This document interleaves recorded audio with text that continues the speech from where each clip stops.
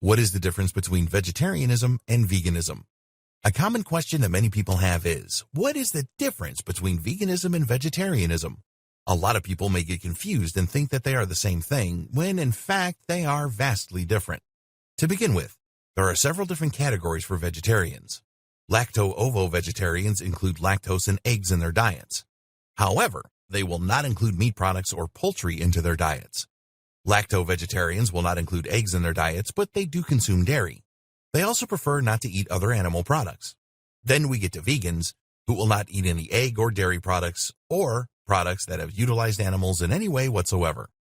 There are many people out there who call themselves vegetarians, even though they will occasionally eat meat here and there.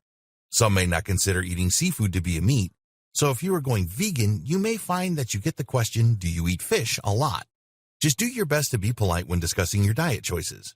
Many people are unfamiliar with the vegan lifestyle, and the more compassion you show to them for being curious, the more likely you will be to receive compassion in return. Isn't that what going vegan is all about? A lot of people don't know the difference between vegans and vegetarians, so rather than asking if a food is vegan, which may cause people to answer in the mindset of, no, there isn't any chunks of meat in this, versus, no, there are no animals or animal byproducts present in this dish.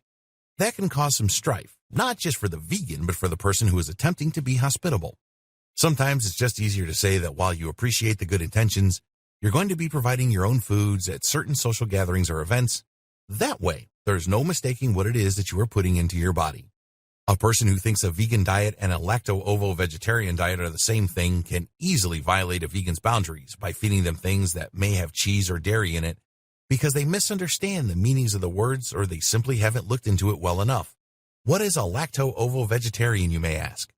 A lacto-ovo vegetarian is someone who does not eat meat, but who does eat animal byproducts such as cheese and eggs. They have not cut out dairy from their diets the way a vegan would.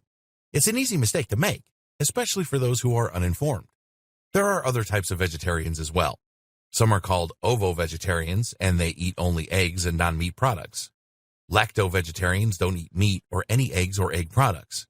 And then, of course, there's the flexitarian, who eats a mostly vegetarian diet, but every so often will include meat in their diet.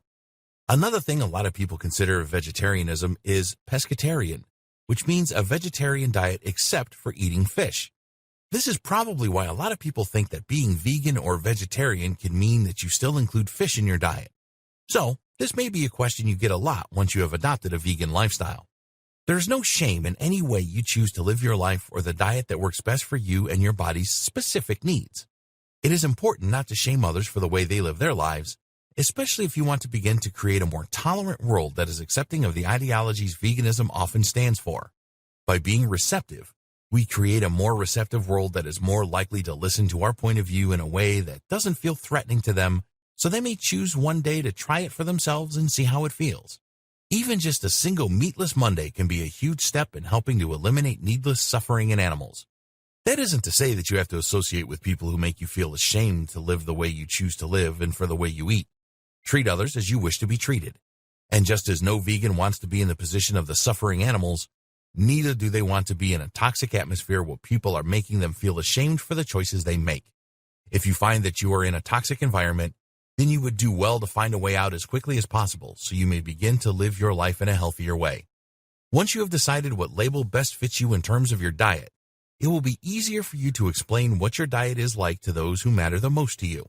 Once they understand your specific limitations, then there is a high chance they will do everything in their power to accommodate you, which can be a great thing. Now that we have cleared up the difference between vegetarianism and veganism, let's move on to applying it to our lives.